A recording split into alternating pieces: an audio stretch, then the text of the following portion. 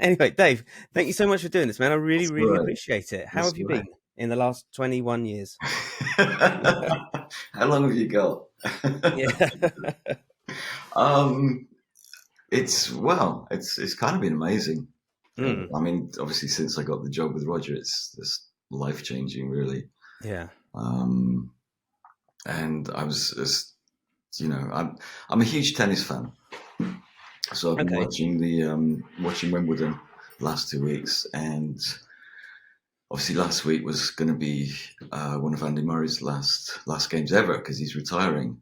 Okay. At the grand old age of 37. You're just getting into the swing of things. Yeah, exactly. Pardon the pun. Yes. I see your point. Yeah. No, how depressing is that to devote your entire life to something and then you get, not even halfway through and it's like, oh, okay, I can't do that anymore. Wow. Yeah. So I'm really grateful to be doing something like this, which presumably you can do till you fall over and die. Yes. Yeah. I keep thinking of that. Just when I said the other day that I never thought I'd be at the age where I had memories that were 21 years old that still feel really fresh. I was like, well, how long can I do this? How long can I keep touring up and down the country, gigging and teaching? And it's like, well, I could probably do it until I'm 70. Yeah. Then I mean, maybe not the really long drives, maybe not the really long flights or anything like that, but yeah, I could do that. I know people that are in their mid-60s. They're still hopping on tour buses, jumping up and down the country. So yeah, well, the thing is, the alternative is retiring, I guess. Mm. But what people do when they retire is to do things that they've always wanted to do. Yeah, and I'm already doing everything I always wanted to do. So why would I retire? You could retire and get a 9 to 5. Yes. Yes. So it's God, just a little office job. Huh? A little office job. That's even worse. Yeah, no, I did that until till I was in my 30s, I think. So yeah, don't miss that at all. No, depressing. No, I did it for a bit. I did. Yeah, and then when the music thing kicked off, I think it was in my mid-20s. That sort of kind of went full time, and it was, not look back. I'm very happy for you. It's good. I know. You see ex-students unless they're sort of in McDonald's or. Yeah, I know. I often chat to people, and I think I spoke to Pete Callard. I had him on a couple of months ago, and he said something similar. He said, it's like most students, I don't know where they go. So I'm not in touch with anyone that was on my course, and I can only name 2 people in that course on that year group that are doing music. Wow. One of them was Newton Faulkner. Of course. And there was me, and then there is a girl called Kira, who's a drummer. Okay. I can't think of anybody else that's out doing it and earning money, and maybe it's just not for them. Yeah. No, I think there's a few people, but not as many as you'd like, really. Mm. When did Newton become Newton? He was Sam at the school. It was Sam. Yes, I don't know. There was a transition of about 4 years where I think he picked a few different names. Okay. And I think they landed on Newton Faulkner just before he did the album. Right. Yeah. No, it's great to see him out doing this thing. He's still been doing it for 20 odd years. Mm. Yeah, well, it's great. A really old student of mine, well, he's not really old, John Gone. Yep. Another acoustic. Yeah. He's out doing that. Insane. Yeah, I know. I mean, he was. I saw a picture of him recently, and he's got his 7-year-old daughter on stage with him, and I'm like, you were a little kid when I started. When did that happen? Yeah, I know. It's just. Yeah, it's mind-boggling. I mean, you're talking about Pete Callard. I don't think I've seen him since Jeff Beck, I think it was, at Ronnie Scott's. Okay. Which would have been, God, when was that? 2007? Yeah. What's that, 17 years ago? 2007 seems recent. It seems like it's that long ago. It really does. Did you check the recording, by the way? We actually... Yeah, it's all good. Okay. Yeah, it's all good. Yeah, we're recording. We just kicked it off, and yeah. Oh, fantastic! I don't like to do a big intro. I just hit record and see what comes out. Sounds good to me. Yeah. So let's jump straight in because my daughter will be home soon. I want to ask you. There's something that I heard about you, and I want you to clear this up. Okay. Is it true? Is it true that midway through your career you were involved in a crash or an accident, and you had to swap from playing left-handed to right-handed? That's partly true. Okay. I wasn't midway through. I was just I'd only been playing guitar for probably a few months at that time. All right. Okay. But I'm naturally left-handed, so I was playing left-handed. Yeah. It seemed the obvious thing to do. And my wrist was really badly damaged, so that when I finally got the plaster cast off, and I tried to bend it into the shape to try and play a bar chord, it was like agony. I'm like, I can't do this anymore.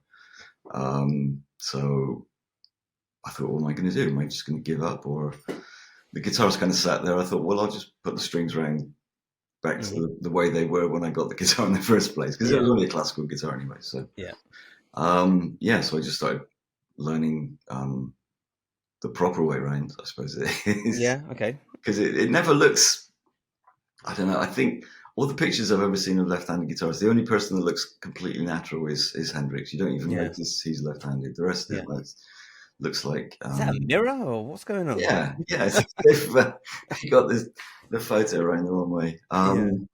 So I'm kind of glad I did, because in a way it makes sense. Being left-handed, the left hand is the one that does all the work. So you want the strongest hand to be ideally on the guitar neck and not just kind of sitting there strumming. So, and there's a couple of guitarists like that. I think Gary Moore was left-handed, Mark Knopfler, but they just played obviously the standard way around. I think it's a good thing.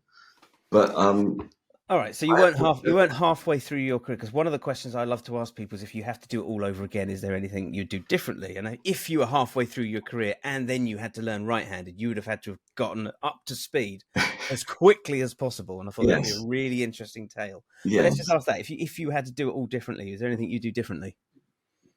No, I don't think so. I mean, there's been one or two. You get these junctions in life, these little crossroads, and there's only one or two that I look back and I think, I wonder what would have happened if I'd have gone left instead of right or whatever. I guess one of them would be when I was playing with Stephen Wilson. We did the Hand Cannot Erase tour, which was amazing, so much fun. Loved playing that music.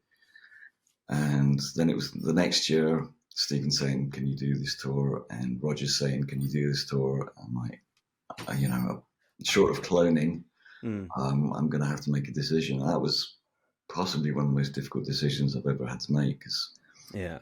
Do I do stuff that's fun and enjoyable, or do I do stuff that's more secure for the future? Or, but then again, if I hadn't done the tour with Roger, I wouldn't have had this other accident, which is the accident that I thought you were going to ask me about. All right. I ended up in a wheelchair for like 3 months, I think it was. Shit, I didn't know that. Yeah, I was on. It was at the end of the Us and Them tour. Yeah. And I had an accident coming off the plane. Almost fell down the gap in the middle. Yeah. Oh shit. I managed to shove both my feet down. I shattered 3 of the metatarsals in my left foot, and I fractured my right ankle. Oh man! And we've still got 9 shows to go. So, how is playing guitar on that many painkillers? I don't really remember. It was very surreal. It really was. I mean, literally, I had the operation the same day. Yeah. I think I had a day to recover, and then the next day was the gig. And we were in Colombia, which is pretty high up anyway. So you straight away you've got the thinner air up there. Yeah. I was taking the painkillers. I was also taking blood thinners. And at some point during this show, we used to have this little glass of champagne. So I was kind of, it was a little bit weird, but I was kind of enjoying the show. And then I had the glass of champagne, and that just tipped me over the edge. And then I just don't remember anything of the rest of the show. Everyone said it was great, but it was kind of scary, because sometimes I'd be oh shit, there's people. Yeah. I've got to play. Oh, what's going on? How did this happen? Yeah. And so I stopped taking the painkillers after that show and just did. We had another 9 shows to do, so I just did those in a wheelchair, and that was fine. But that's how I met the woman who's now my wife. So if it hadn't every silver lining, every cloud. So I probably wouldn't change. Well, I definitely wouldn't change that. Yeah. But yeah, that's probably one of the few things where it was a difficult decision. I think everything else just happens for a reason, I guess. Yeah. Yeah. I have no idea what the reason is usually, but you find out at the end, and then you go, that was shit. Okay, all right. Yes, exactly. And so, in terms of playing and improving and getting better, do you still practice? Yes. Did you ever call it practice, or do you? No. Okay. Run us through that. It was always for me, it felt like a red flag when I was teaching, and someone would say, well, how much should I practice? I'm like, should, okay. Because when I was learning, it was like, how can I carry on, how can I have my dinner this evening and still carry on practicing, still carry on playing? Because it was just, you just get completely addicted to it. And I still am. I still learn new things. I practiced, what did I do? Last tour, we were in South America, and I started listening to an album that I haven't listened to for ages. I think it's called the Guitar Trio. It's the last album with Aldi Meola, Paco de Lucia, John McLaughlin. Yeah. And it was amazing. And so I thought, I want to work on my flamenco guitar playing. It's not something I've ever studied. So I went online. This is just during the tour, and I'm learning about rasgueadas and just something new to practice. And it could be something that I'm never ever going to use. Yeah. But for me it doesn't matter. I love to play. I love to learn new stuff, and I think that's I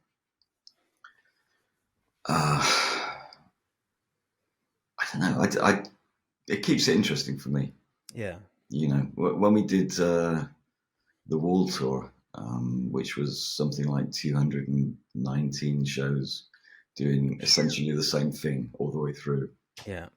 I had to kind of work on other things to keep me sane, but also to try and play what I was playing better than the previous night. And it's, we're talking about tiny, minute little details. Maybe I should be slightly more behind the beat on that part, or maybe that, could do a slower bend then, or maybe a bit more vibrato on this note, or maybe just clean the amp up slightly on that overdrive. Just constantly trying to analyze and pick apart what I was doing just to make it better. And I still do that today. I mean, today I feel like I play better than I've ever played. So that's good. Yeah. That's good. That's always a question. Do you ever feel like you're slowing down in terms of technique or anything like that? Or no, not yet. No? Not yet. I'm lucky with that. I worked on about 2 years ago. I decided that I wanted to completely overhaul my picking technique. Okay.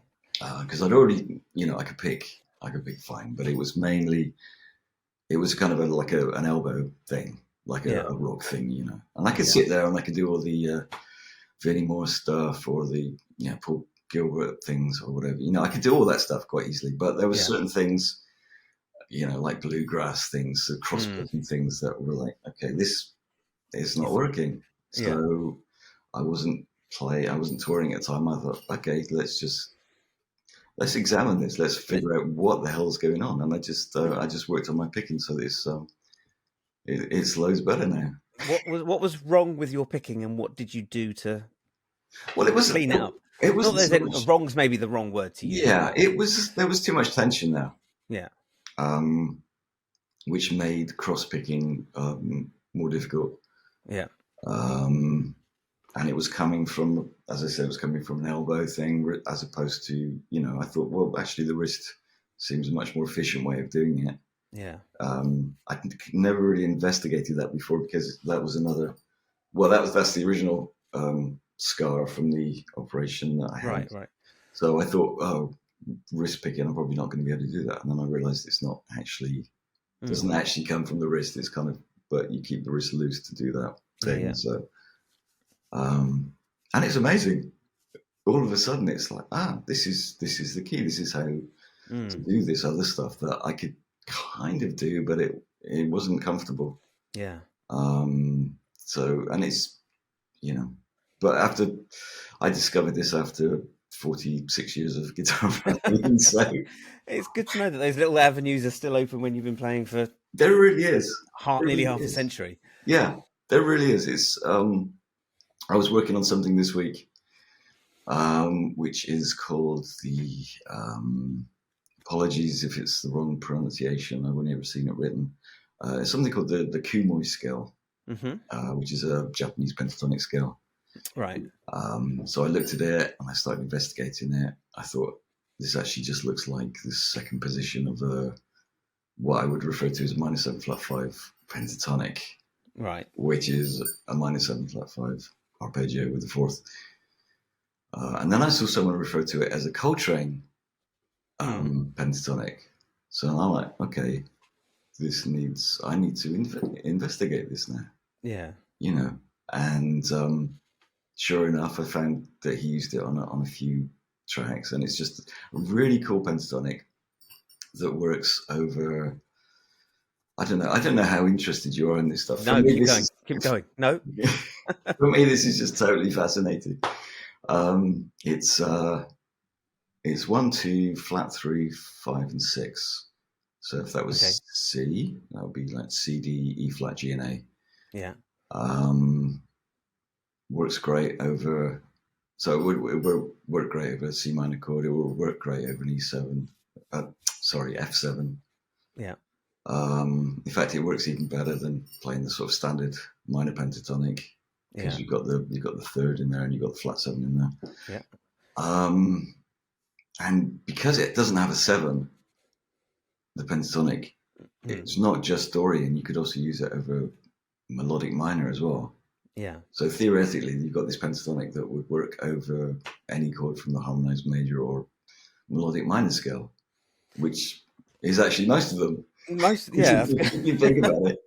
So you can play it over, if you do it over if you play C Kumoi over B altered, you got the 3 and the 7, but you've also got the alterations of, let me see what you got. You got flat 9, you got sharp 9, and a sharp 5.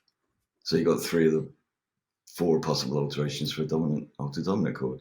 All right. So everyone get on that.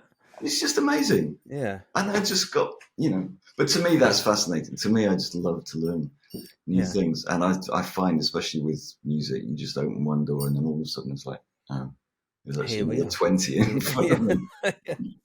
And each one of those doors is just, it's kind of endless. Yeah, I said almost the same thing to my wife, because I was talking about going back to college and doing some more studying. And she was like, okay, well, where are you going to go? What are you going to do? And what are you going to study? How's it going to help? And I went through it all, and she just looked at me and she went, just fucking learn how to read music like the rest of us. And I went, all right, okay. So I spent like almost the last year just working on my reading. Right. And you go through that horrible struggle phase where you're constantly going for the B, okay. And then all of a sudden it starts to make a bit more sense. Then you're like, holy shit. And I'm flicking through the real book and I'm going, this doesn't look like hieroglyphics. This looks like something that I can understand. I understand all this. Yeah. I might not be able to play it amazingly or instantly. And then all of a sudden, like, I'm flicking through like old guitar magazines and I'm all these old music books. And I'm going, this now all makes sense. Yeah. And all of these, I'm like, shit, I could just sit and play this. I don't need the tab. I can just sit and play the fucking dots. Yeah. And it was just... That is amazing. It was just, and one of those little, like you said, this door that opens, and then here we are in somewhere completely new. Yeah. And it was lovely. I was never interested in reading or writing music until I won this guitar playing competition in 1991. Guitarist of the Year, it was called. And so I was at a music fair shortly after that, and I bumped into Neville Martin. Okay. Who was starting a new guitar magazine of transcriptions called Guitar Techniques. Yeah. And he said, would you like to write for this magazine? And I thought, he obviously doesn't know that I can't read or write music. Yeah. But if I say no, he's just going to ask someone else, isn't he? So I said, yeah, sure. Absolutely. What do you need? And sure enough, next week he sent me a CD, which was a drag because I didn't have a CD player at the time. I had to get with my friends and copy it onto, put it on a cassette or something. Yeah. And then I just sat there over one Christmas and just taught myself how to write music. Wow. Yeah, and it's kind of, I didn't miss it, but now that I can do it, it's like, wow, this is so handy. This is, you can actually talk to drummers and stuff, and flautists and cellists, and yes, yeah. I mean, I for the last couple of albums I've done, I love scoring string parts. I love doing that. So I don't read so well, but I write. Because it feels easier just going out and coming in and going out. If that makes sense. Yes, yeah. So what's your view on getting better, and how's it changed over the last, 40 years? Ooh. I guess I don't know if you can get better without your ears getting better. Because I think your ears you can train as much as your fingers almost. Yeah. You can start to recognize things, recognize intervals. I think this is maybe one of the things that newer students would struggle with because of the way they've learned. They've maybe learned on the internet or tab or whatever. So in a way, it's kind of I don't know if you remember those old painting by numbers kind of things. You just get a picture and it's like a boat or something, or the parts of the boat are just separated into these little blocks, and you got numbers, and so you go, okay, 13, so that's okay, 13, and then you paint the little blobby thing in 13. So, but the problem with that is you could actually paint and be completely colorblind. Yeah. With the tab, you can sort of play, but you can also be tone deaf and not really know what you're doing. Yeah. So I think the transcribing is just one of the best things for that. For me, anyway. Yeah.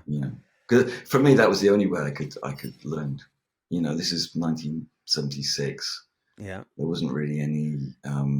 There wasn't any internet.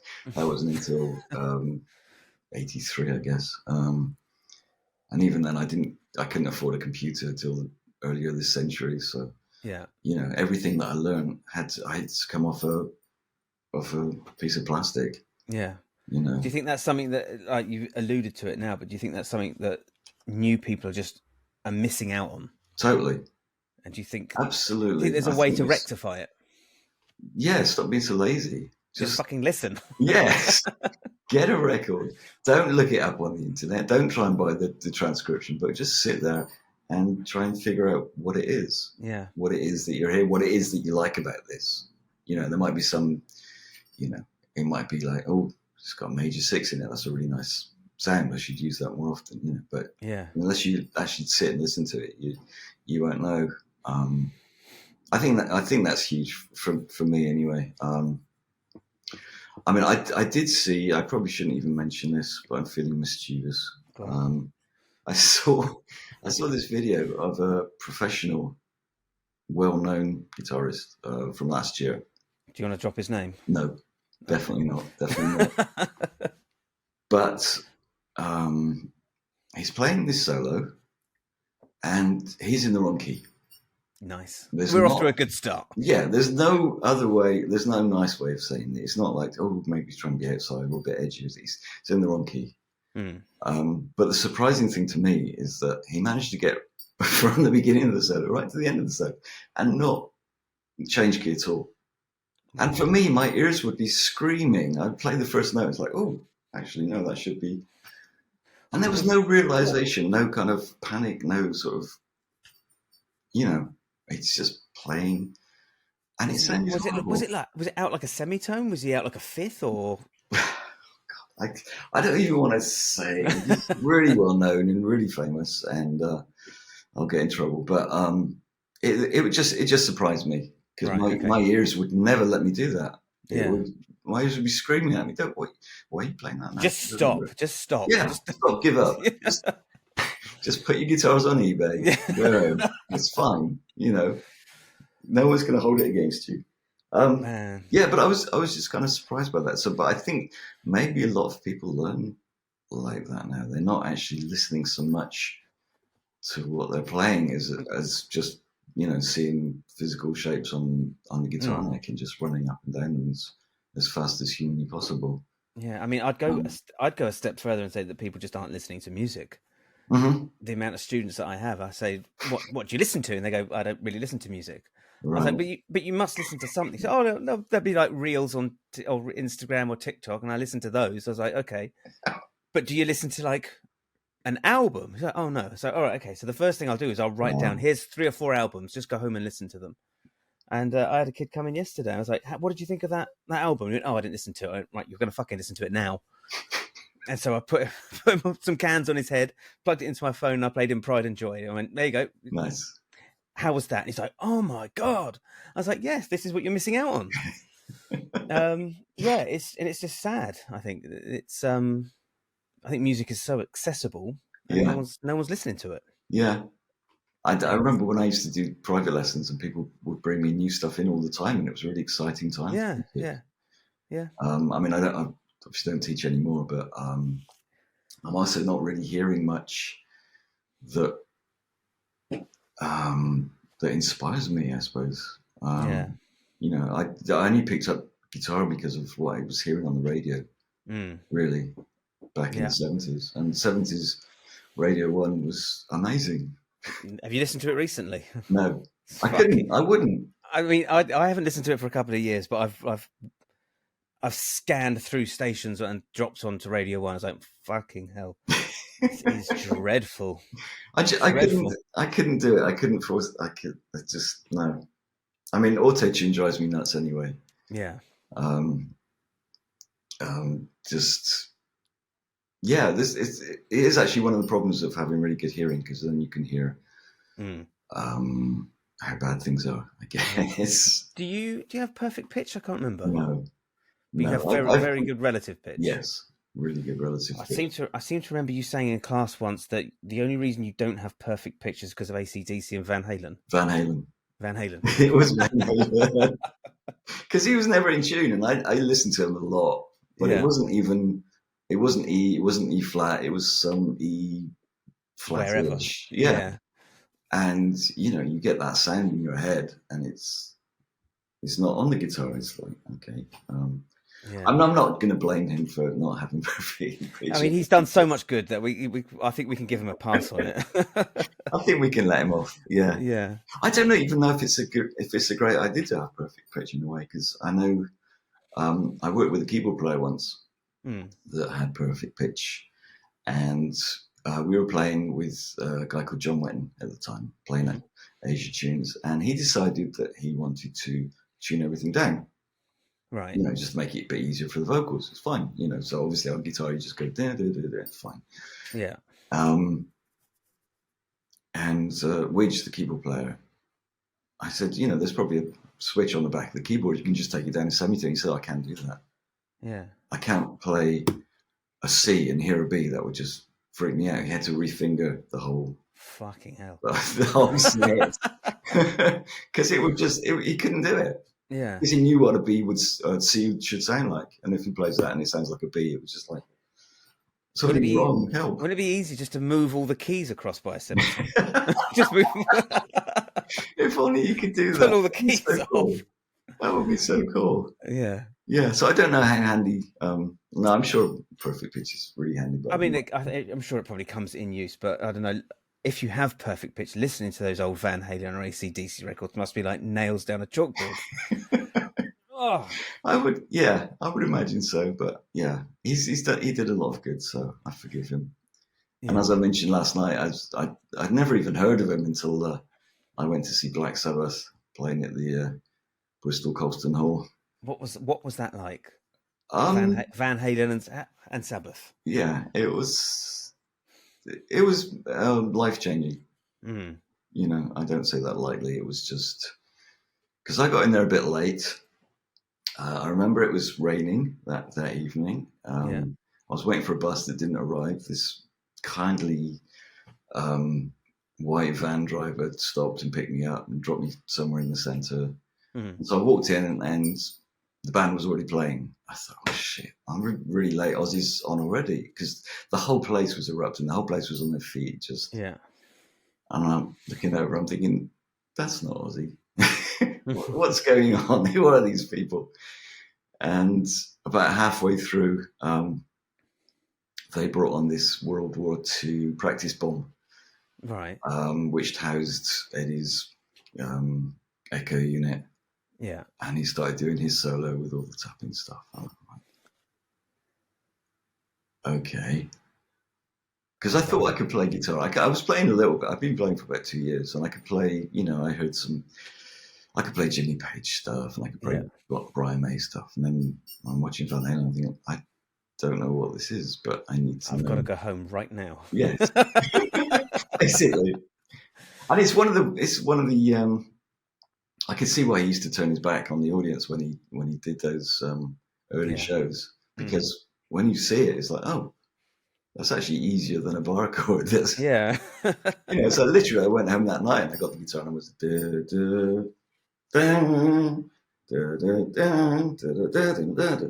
you know, and it's okay, this rocks. Yeah, I mean, obviously that was just the icing on the cake, I guess. That's the people that most people focused on. But, you know, when you get the album and listen to it, it's like some of the most wonderful rhythm guitar playing you've ever heard. I always say that Eddie Van Halen doesn't get enough recognition for his rhythm playing. Right. The same way that Jimi Hendrix doesn't get enough recognition for his songwriting and singing. Sure. Oh, he hated his voice, didn't he? Yeah. But like lyrically as well, he's so colourful. Yeah. Just doesn't get any recognition for that. But yeah, I mean, Eddie Van Halen's rhythm playing is just, I don't know anyone that plays rhythm like it.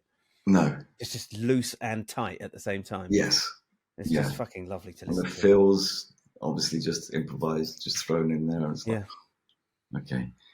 Yeah, way too good. But I don't know how we got into this, but so how did we get onto this? I don't know. I think we just it's just where it goes, man. Fair enough. Oh, I love it. So I mean, you mentioned that you don't teach anymore. No. So I was going to ask, do you think, although I don't know if you, no, I will ask, do you think there's anything missing from music education? If we're just talking about what you could see on YouTube or Instagram, like what's nobody talking about? Why is nobody doing that? Oh, that's interesting. That's really interesting. I mean, I see, you know, I do go on Instagram sometimes or YouTube, and I see all these incredible players, and you watch, you know, 20, 30 seconds, and that's like, wow, okay, that's really good. But then you've had enough. Yeah. I don't want to hear that anymore. I want to hear something with someone I've been listening to again recently, who I used to love back in the 80s. Please don't laugh. He was a guitarist from a band called Rat. Warren DeMartini. Yeah. And I remember really liking him during that period. And I started listening to him again. It's like, this is so cool. It's a great sound, great phrasing, great vibrato, you know, some really interesting, especially on the early stuff, some really interesting soloing ideas, you know, heavy, great rhythm chops. I mean, just like, wow, I love this. I can listen to this all day. This is cool. Yeah. And I think almost the newer players, it's almost like they've just gone, okay, well, a solo should have some fast picking, and it should have this tapping thing. It should have maybe some intervallic thing, and maybe some slippy, slidey, tippy tappy, whatever, you know. And it's like, I just want to hear music. Yeah. Please play some music for me that I can absorb and play in my head, you know, and just have travel with me, whatever, you know. Something memorable. I'm missing missing songs. I'm missing cool solos. Yeah. I mean, do you think it's more of a case that people are thinking like guitar players and not thinking like musicians? Oh, quite possibly. Yeah. I didn't want to play guitar. All right. I come from a long line of piano players. Right. And that was kind of my first instrument messing around with when I was a kid. There was pianos at school, so I used to play when I was there, and then we'd go and visit my grandmother on a weekend, and I'd sort of just sit there for a couple of hours and write things, compose things, or just play things that I could hear in my head. Yeah. Other people's tunes, whatever. And so I wasn't specific. I didn't want to play guitar, but we just didn't have a piano at home. So I thought I need something. Otherwise, I'm just going to go insane. I need something that I can play with my hands right now. Yeah. And I just ended up getting the guitar, but it wasn't because of a guitarist. I didn't go and see, like Malmsteen said, he saw Hendrix smashing up his guitar, and that was it. That's what he wanted to do. Yeah. It was never like that. I just wanted to play music. Mm. And a lot of the music I listened to a lot of classical back then, a lot of progressive stuff. Keith Emerson was one of my heroes. Yeah, and you got to play with him. Yes, yeah. And I ended up playing a lot of his stuff on guitar. I didn't think, is this possible? Or maybe I shouldn't because it's written on a piano. I just thought it's all music. Yeah. So, I never liked the typical kind of guitar thing. There's so many limitations to it that drive me nuts. If you begin classical studies or whatever, it's Fernando saw, and it's all in E minor, and there's some harmonics at the 12th fret, and it's all like, it's really, I don't want to say predictable, but you're tied to the limitations of the instrument, and I hate that. I absolutely hate that. I don't want to be limited at all. I just want to try and translate what's happening in my head onto my chosen instrument. So guitar is for me, it's actually very frustrating. Because everything's a compromise. In what respect? Oh, every respect. When you're standing up on stage, looks better lower. Yeah, but you can't fucking play it. Yeah, exactly. And you can play it higher, but it doesn't look so good. So you compromise. You get it somewhere in the middle. If you Tom Morello didn't. He's like, no, fuck it, I'm playing up here. He did. Yes. Oh God, I felt so sorry. He was backstage at, I believe it was Madison Square Gardens, and I was there with my wife, and we were wandering around. And he just walked past me. And he said, "Oh, great show." I said, "Oh, thanks very much," and I just carried on. My wife, who was next to me, she said, "Do you know who that was?" And I said, "Not really." She said, "That was Tom Morello." Oh shit. Rats. Damn. I should have, because I would have loved to have asked him about Chris Cornell. One of my favorite singers of all time. Yeah, unbelievable. Yeah. And that's, he's one of the guys that I've been sort of studying in my quest to be a better vocalist. Okay. I mean, if you're going to study anyone. Yeah. I mean, yeah. Well, he's one of them. I mean, my favorite ever is Jeff Buckley. Right. Yeah. He's my hero. Okay. And every time I go in the studio, I'm always disappointed because my voice doesn't sound like Jeff Buckley. Yeah. But it's just something kind of to aim for, I guess. The guy was incredible. But actually, it's it sounds like a country song. All my favorite singers are dead. Yeah. It's just, yeah. But it's unfortunately it's true. Apart from Glenn Hughes. Yeah. He's Okay. amazing. Yeah. I mean, yeah. I just before we came on, I saw one of your reels of you playing "Comfortably Numb" with Eddie Vedder. Oh, right. And Nice. I think Eddie was one of the people that really sort of brought me from, like, because when I started playing, it was just Oasis. That's all it was. and then someone played me some Pearl Jam, and I was like, ooh. And yeah, but I don't know if you've heard his voice recently. No. Poor guy, he's just lost it. Really? Yeah, it's just, I think certainly over their last 2 studio albums, it's just, as he's gotten older, it's just his voice has started to really deteriorate, which is a real shame, because I thought he had a lovely voice. It's not the same thing to say about a man. He had a lovely voice. He was a lovely chap. Yeah. I mean, every time I've met him, he's just been the nicest guy ever. You know? Yeah. I'll never forget. We did. I don't know which time you saw him playing with us. I'm assuming it's the one at the Madison Square Gardens in 2012. I think so. And they kept getting a charity donate link. Yes. Yeah, that was the 12-12-12 Hurricane Sandy benefit. Oh my God, that was 12 years ago. Almost.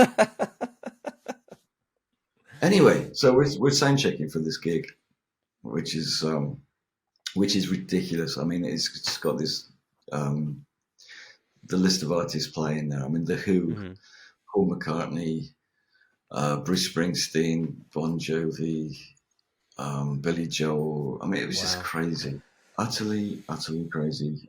Rolling Stones, and so we're doing a sound check the day before, and we stop, and then he comes up to me. He said, "Oh, look, I'm really sorry, but Roger's asked me to walk on stage on stage right, so it means I'm going to have to walk in front of you.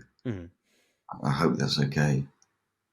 I'm like, "You're Eddie Vedder. You can walk where the fuck you want to." People have done a lot worse for a lot less. Yeah, but he was so nice. Yeah. He was just so nice to hang around. Such a great person. Yeah. I mean, they always come. I mean, he always comes across, and the whole band always come across as just very down to earth and cool. Yeah, I mean, he came to a bunch of our shows, and he's always been really kind and supportive, and and he did get up and play with us again, which was even better. But I don't think I've got any YouTube footage of that, unfortunately. But it could just be one of life's moments that's not captured, and you just get to remember it. Could be, yes. I've had quite a few of those. Yeah. Being old, I guess. Before, there's certain people that I've met that I would love to have pictures of, hanging out with Bruce Willis or something. Yeah. I would love to have a picture of that, especially considering his health at the moment. Poor guy. So there's one last question I wanted to ask you. Oh, sorry, yes. Am I waffling? No, not at all, man. I usually do. Playing with one of the last great rock and roll legends, what's it like to have completed guitar? Completed? Yeah, you completed it. How do you mean? Finished, like you completed a computer game. I'm at the end. I played with one of the great rock legends. I'm done. I don't know. I feel like I'm just getting started. Yeah. But I know what you mean. You don't get a certificate or anything. Like, well done. Well done. I don't know if he's going to carry on going. Yeah. I thought he was going to stop in. Well, to be honest, I was booked for a 10-week tour in 2006. Yeah. So the fact that it's still going 18 years later is amazing. But I thought it was going to stop after the Wall tour. But he just loves to play. So I did a charity thing with him like 2 or 3 weeks ago. It was just the two of us doing this acoustic thing, and he's still in good health. He's still, got all that fire and whatever. So I don't know whether we're going to be doing any more stuff in the future. But I guess in a way it feels like one of the last dinosaurs roaming the earth, playing in that band, because there's not too many bands of that stature that can go out and play huge places. And I mean, I don't think there's going to be any left in the next 20 years. No, I mean, who's going to fill the shoes of Pink Floyd and the Rolling Stones and Springsteen and the Beatles? There's nothing coming up. No. I mean, Coldplay, I guess. Which is really fucking depressing. It is depressing. Radiohead, maybe. Yeah. I love Radiohead, and I love the Smile stuff as well. But I know what you mean. There's not really. Dua Lipa's headlining Glastonbury. No, I don't. It's not a Glastonbury band, is it? It's not really. No. Well, no, not what we do. Yeah, especially with the because I'm really old fashioned as well. I still love to use amps. I know. I've seen them. You know, just they're big and they're heavy and they smell when they get warm, and it's just there's something about them. There's something about that symbiotic relationship that the guitar has with with an amp and a cabinet that I absolutely love. And I think maybe that's kind of missing as well. I think so many people nowadays are using, Kempers or whatever the other thing is. Yeah, line 6. Yeah, line 6. Yeah, line 6. Quad Cortex. Yeah. Yeah. I mean, I hate saying it, but I've only used an amp a couple of times this year. You can just roll up if you're doing a theatre gig. You roll up, drop your board down, line straight in. I can get fairly decent, happy enough tones with it. Yeah, sound engineers are really happy. Violin and flute players are really happy. They haven't got a 2x12 sat behind them, roaring under their feet. I know, but did we really get into rock and roll to make people happy? No, but yeah, yeah, I do. No, I love music. I mean, I felt like I almost had my legs cut off on the last tour because we didn't use. We had speaker cabinets on stage, but they weren't used. We were using these kind of speaker coffins underneath the stage, which was really difficult. Really, really difficult. I mean, they sounded great, you know. Using the what was it, Rivera Silent Sisters, I think they're called. So you can actually put whatever speaker you want in the cabinet and whatever microphone. Yeah, it's like it's miles away. I can't feel it. Yeah, I'm not getting that sort of bump that I get from playing, in front of a normal amp. I really missed it. And I remember when we started rehearsing, I was just my hand was just covered in blood because I'm trying to make the sound. Yeah. I'm trying to feel something. I'm trying to feel the sound. So I was just playing heavier and heavier just to try and get something going. But obviously you can't because there's speakers miles away. So the last tour has been difficult. Okay. Well, I mean, at least you're not in a wheelchair.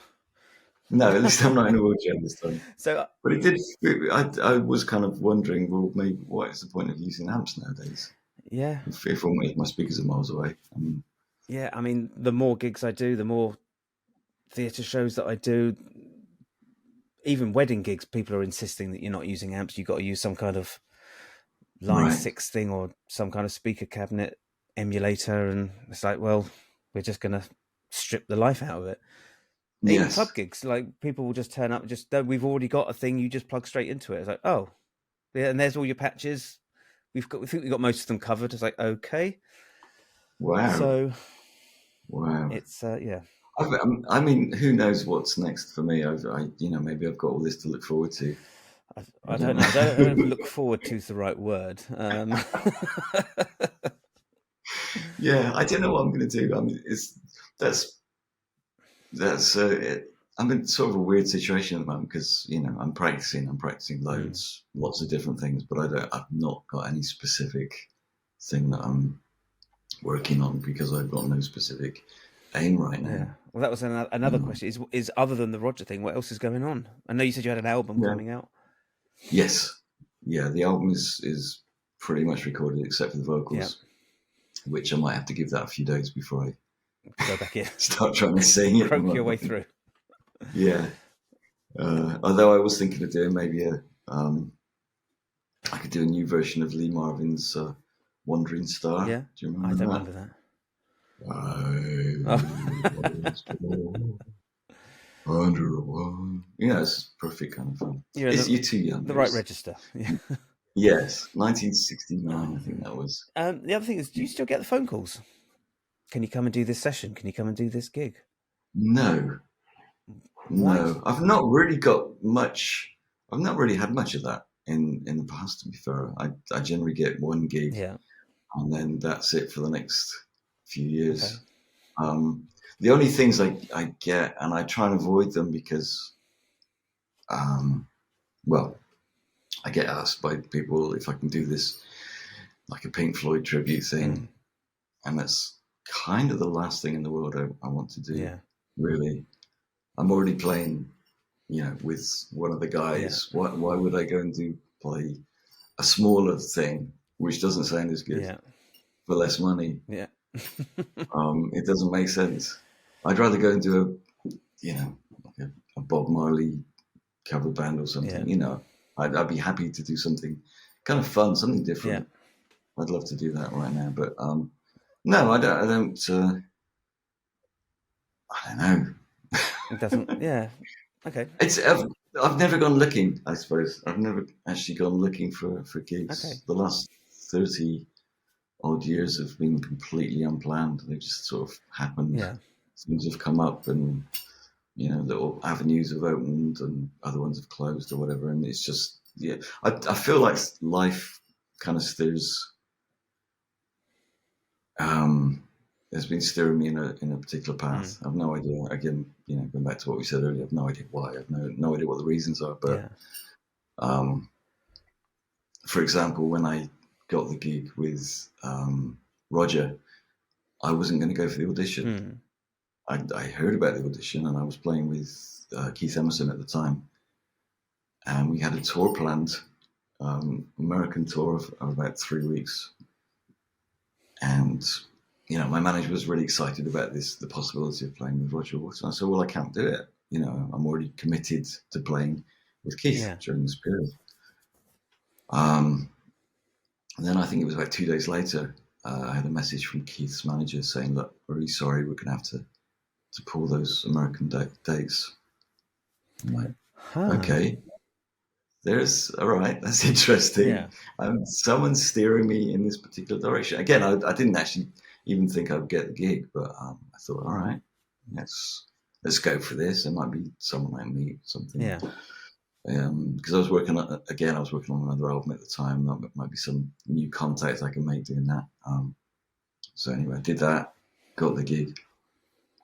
And then I think it was the next day, I had another email from Keith's manager just saying, oh no, change your plan. No, we're doing the American dates.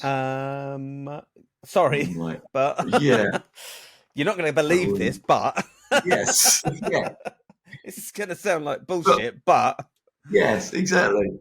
And what are the chances of that? Yeah, because I literally was not going to do it. I was not, if I say I'm going to do something, then I'm going to do that thing. Yeah.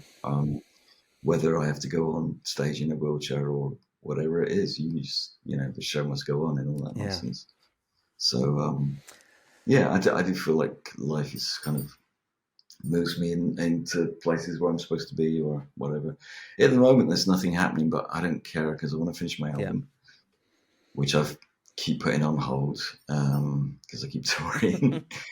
And also I need to find a new place to live at the moment. Okay. So I'm just renting at the moment because I sold my house a few years ago. Yeah. So, I think this year is possibly just for sorting that out. Just sorting shit out. Yeah, exactly. You know what it's like. There's always shit to sort out. Yeah, we moved house about 2 months ago and we've still, they're off camera, but there's fucking boxes piled up over here. It's like, well, we need to get shelving in the other room before we can get unloaded. And it's just, but we can't put the shelving up till the carpet's in. Well, we've got to get the car. So yeah, I know. It's just life stuff. All this to look forward to. Life stuff, wait. And then you've got kids on top of it, and it's I put all my stuff into storage 6 years ago. It's still there. Still there. All my clothes, all my guitars, amps, pedals, books, videos. Videos?